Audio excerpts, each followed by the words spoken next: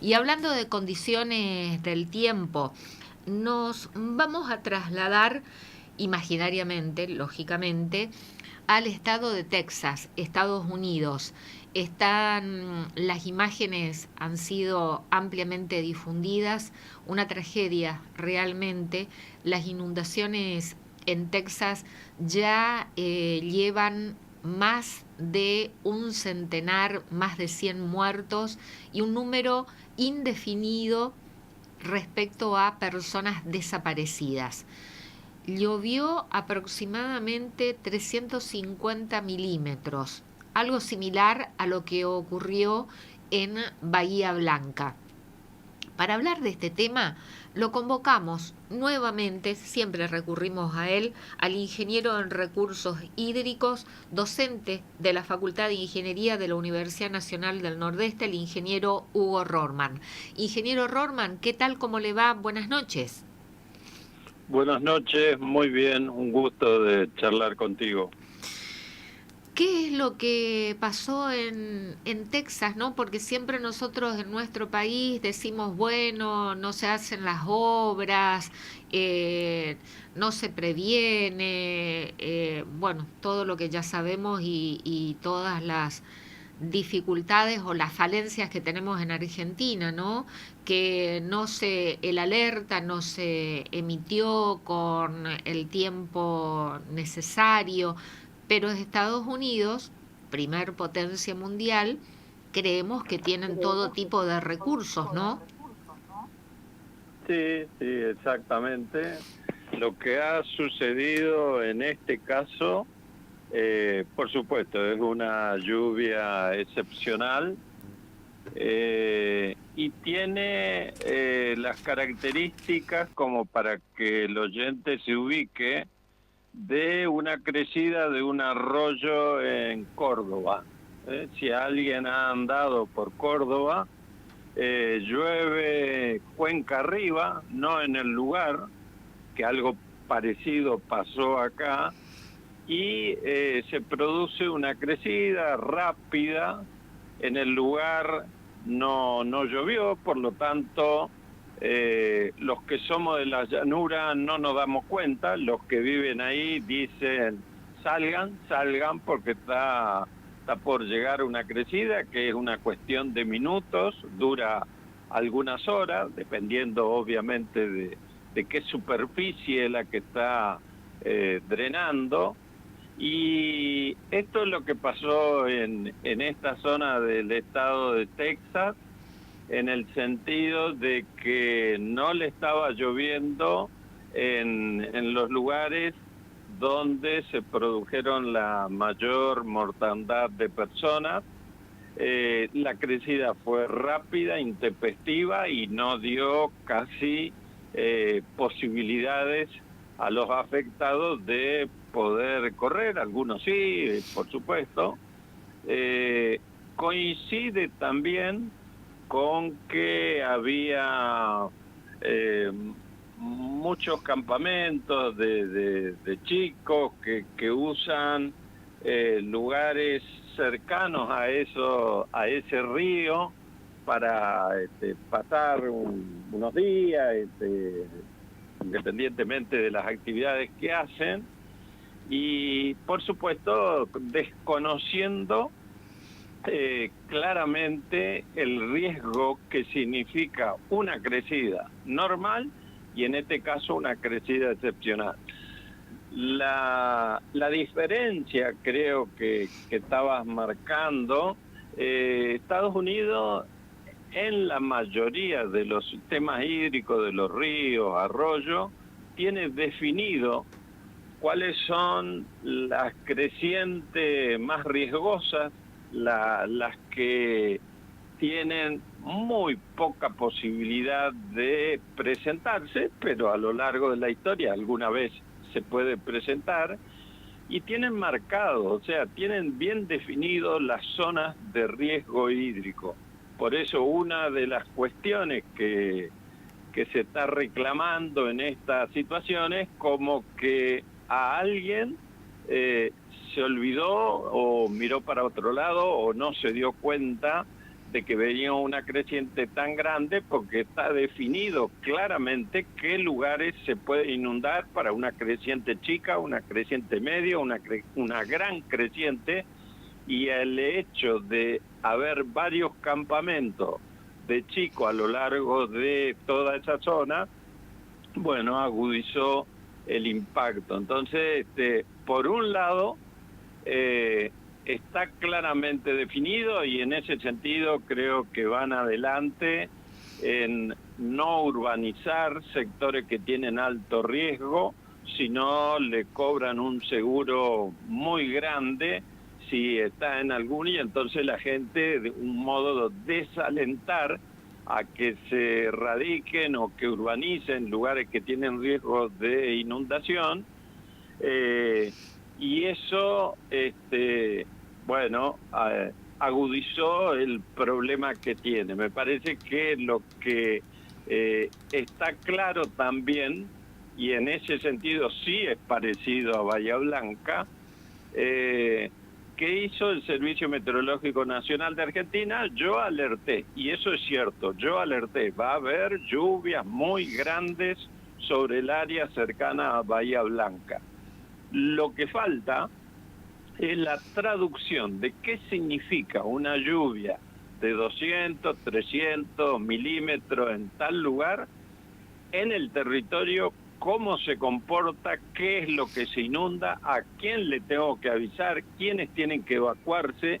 Eso faltó en Bahía Blanca, y en este caso me parece que también, en el sentido que alguien sabía que estaba lloviendo en demasía. Bueno, eso significa, hacia aguas abajo, que estas zonas que ya están identificadas en planos, en lugares muy claramente, bueno, el alerta ese no existió, y de ahí que hay bastantes problemas con ese tema.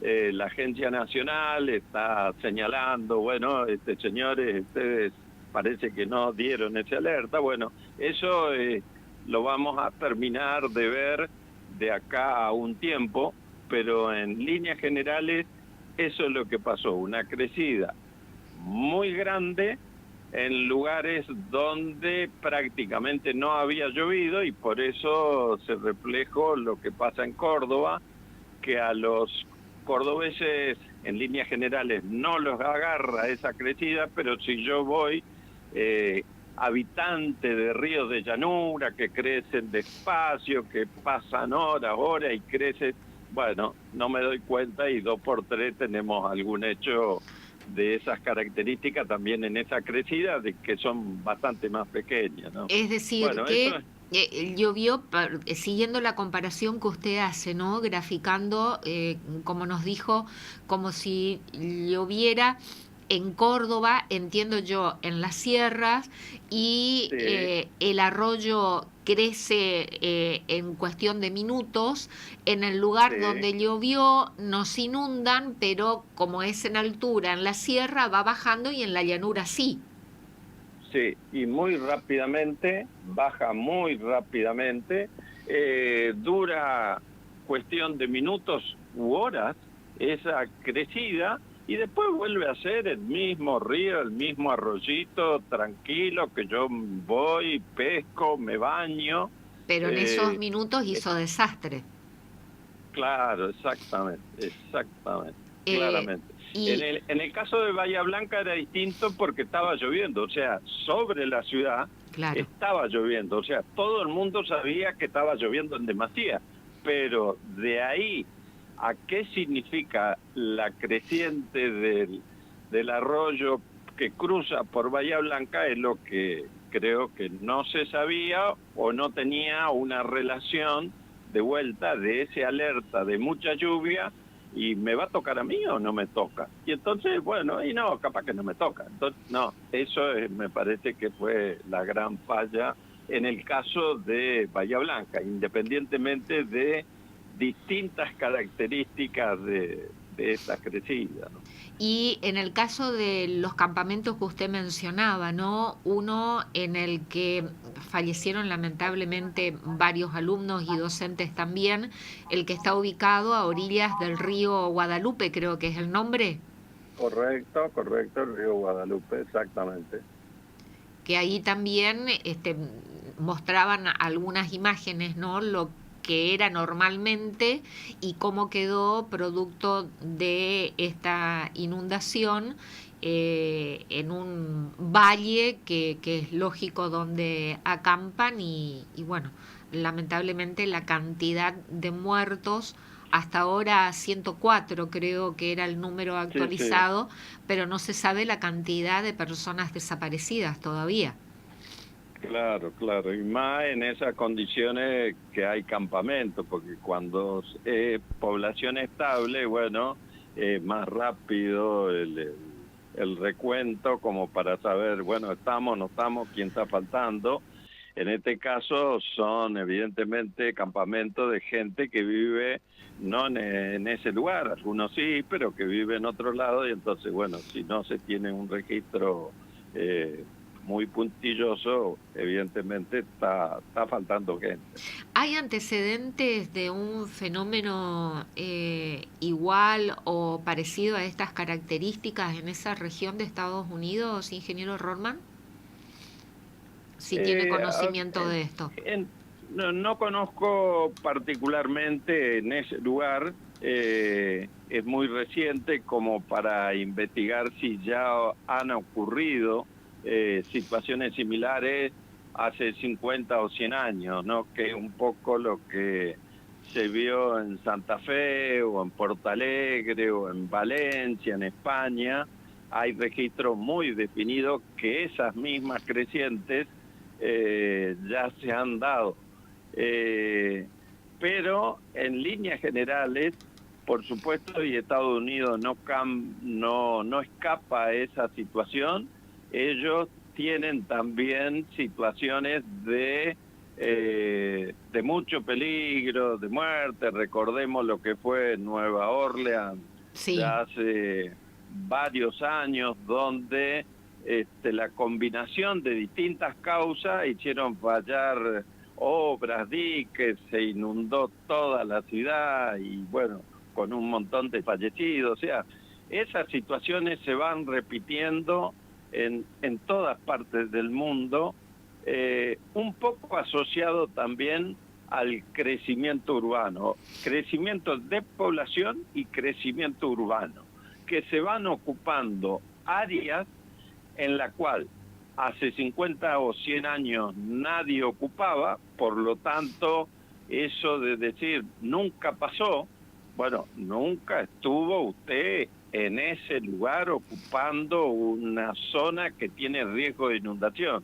Entonces, evidentemente, ese es uno de los problemas y lo que señala la Agencia Nacional que se encarga de esos temas de Estados Unidos. Mire, nosotros tenemos todas las zonas marcadas de menor a mayor riesgo de casi todos los ríos. Entonces, bueno, eso no nos puede pasar de que se nos escape esta cuestión de alertar. Está bien, a lo mejor son cuestión de horas y hay que decidir, pero bueno, es un poco eso el sistema de alerta. Cuando uno dice, yo tengo un radar meteorológico acá instalado en el aeropuerto de Resistencia y sirve para horas, para 2, 3, media hora, en la cual yo voy viendo que se va desarrollando un evento que le va a tocar a Puerto Vilelas o a Resistencia o a Riachuelo o a Corrientes, que va a ser de tal magnitud y yo tengo que tener aceitado todos los estamentos del Estado para que respondan ante esa situación y la población consciente de que le puede tocar tal o cual situación en función de cómo se va desarrollando esa tormenta o ese evento, y eso es cuestión de minutos, de cuestión de 2 horas, media hora, en la cual yo recibo una alerta, entonces yo que tengo este es alerta rojo no sé cuánto, entonces tengo que hacer esto. Y ya tiene que haber un mecanismo internalizado en cada uno de los habitantes al vivir en situaciones de riesgo, en este caso de inundaciones. ¿Qué es lo que tiene que hacer? Eso significa que hay que hacer simulacro, eso significa que hay que ir y visitar a cada uno de los que tienen riesgo.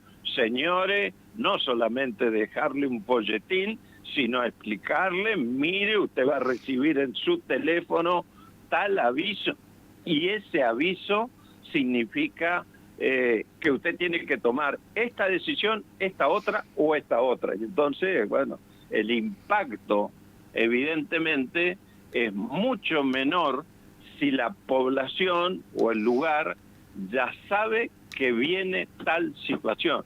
A otro, como lo que pasó en este caso en el río Guadalupe, en el estado de Texas, de que la gente no supo qué es lo que podía llegar a suceder y se la llevó. Eso es un poco parecido, ¿no? Es decir, que esto pasó en Estados Unidos, que siempre lo ponemos Sí, como sí, ejemplo, sí. ¿no? Al país, el Sí, primer sí, país del mundo. exactamente.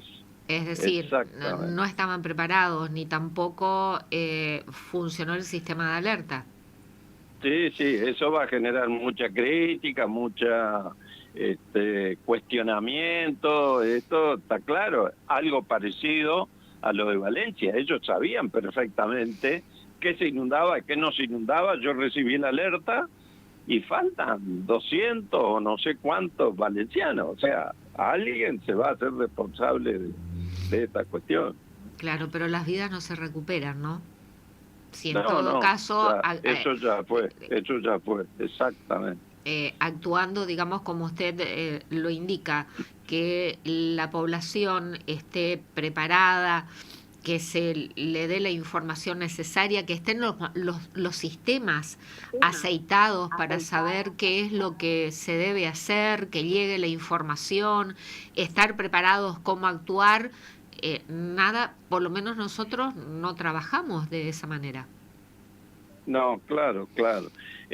Se argumenta por otro lado el tema del cambio climático, de que la atmósfera tiene más capacidad para poder generar mayores lluvias, más intensas, pero tampoco se hace nada con respecto a eso. Claro.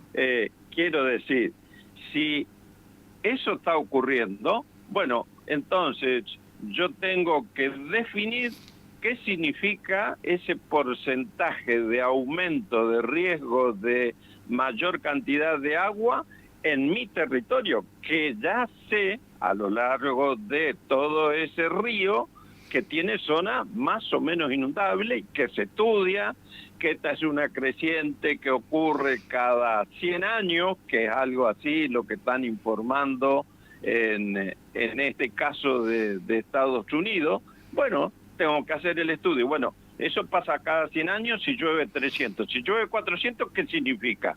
Y tengo que tener definido qué zonas se inundan con ese plus de un 10 o un 20% más asignado a un cambio climático, que lo podemos discutir, pero realmente ese cálculo, hacer algo. ¿y ese cálculo se puede hacer? ¿Esas estimaciones se pueden hacer? Eso se hace en Nueva Zelanda, en Australia. Cuando usted va a construir un barrio de vivienda en cualquier lugar de Australia o de Nueva Zelanda, tiene que consultar con el organismo específico y dice, en esa zona nosotros estimamos que el aumento de temperatura de acá a 50 años va a ser de 1 grado, de 2 o de 3. Entonces, en función de esos escenarios, se decide darle un plus, un porcentaje de aumento a la intensidad o al volumen de lluvia, y ya se diseña en función de ese factor. Si después se cumple tal cual, porque bueno, de hoy por hoy son hipótesis al 2050 o al 2100, bueno, ya están a cubierto.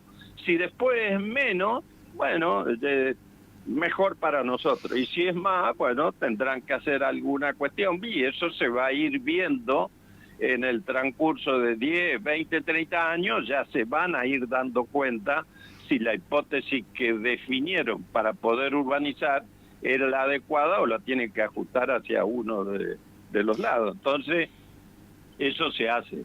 Acá no se hace. Todos decimos, sí, no, el cambio climático, y miramos para arriba, pero no es mi responsabilidad. Bueno, pero a ver, por un lado, el 80% de la causa es la urbanización en áreas que ya sabemos que son inundables. Eso no es cuestión o culpa o causa del cambio climático, es la historia.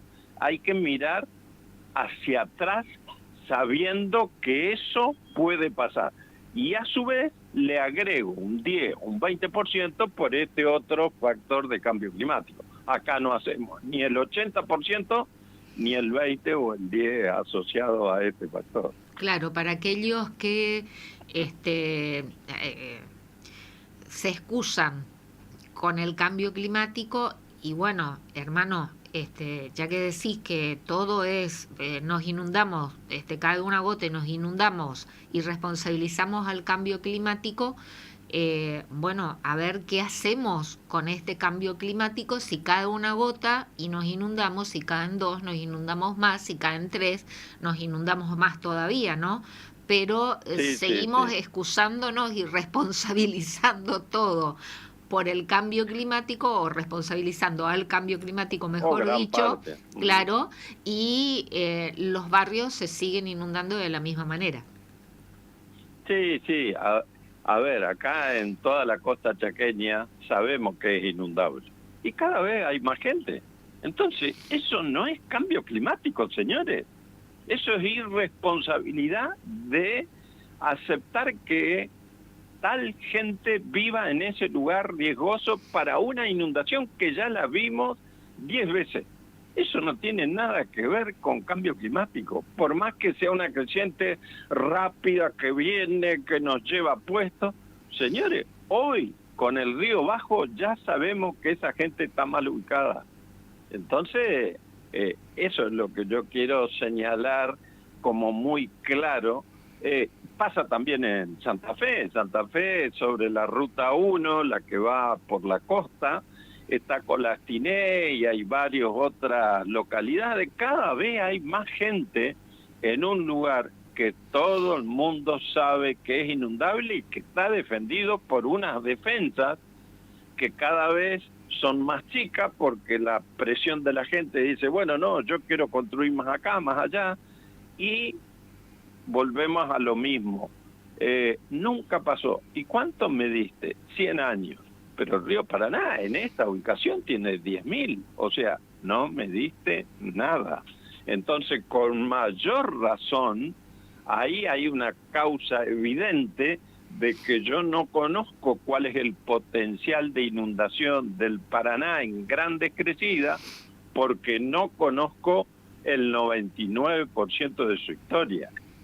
Y a su vez le adjudico al cambio climático, simplemente en mi opinión es para de alguna manera lavarlo en las manos de esa irresponsabilidad de crear urbanización, ciudades, pueblos en áreas que son claramente inundadas. Ingeniero Ronman, como siempre, clarísimo. Tengo un tema pendiente para tratar con usted, pero si usted me permite, lo podemos pasar para otra oportunidad. Sí, cómo no. Que tiene que ver con estados insulares que, según estudios, dentro de determinada cantidad de años van a desaparecer van a quedar bajo el nivel del mar, ¿no? En lugares paradisíacos, por ejemplo, de la Polinesia. Bueno, ahí también se utiliza el argumento que es el aumento del nivel del mar por el cambio climático. Me encantaría tratar ese tema con usted, a ver, para conocer su opinión. Son lugares realmente con una explotación turística impresionante, pero que ya se están ofreciendo visas que tienen que ver con el tema climático en Australia para acoger a esa Ajá. población. ¿Lo podemos tratar dentro de poquito nomás? No vamos a dejar pasar demasiado tiempo. ¿Podemos tratar, abordar, desarrollar ese tema? Sí, seguro, seguro. Es apasionante también, ¿eh? Muy apasionante y de algún modo contradictorio, porque lo que se dice en un lugar, en otras partes no se está cumpliendo. Si es cierto que eso va a suceder y que el nivel del mar va a aumentar 30 centímetros, medio metro, tiene que ser parejo para todos los lugares donde ese mar lo toca. Y se habla cada tanto, porque esta noticia que estás mencionando ya salió el año pasado, y años anteriores también. Claro, alguien la actualizó y entonces ahora se vuelve a discutir. Bueno, pero tiene que ser parejo para todos y no se está dando de esa manera. Entonces es muy interesante poder charlar ese tema. Claro, no es que el nivel del mar va a subir en un lugarcito nomás y en el resto no. Claro, donde están esas islas. Claro. Y en la costa de todo Asia, que hay imperios económicos de primer nivel, ahí no. Entonces uno no entiende cómo allá sí y esto no.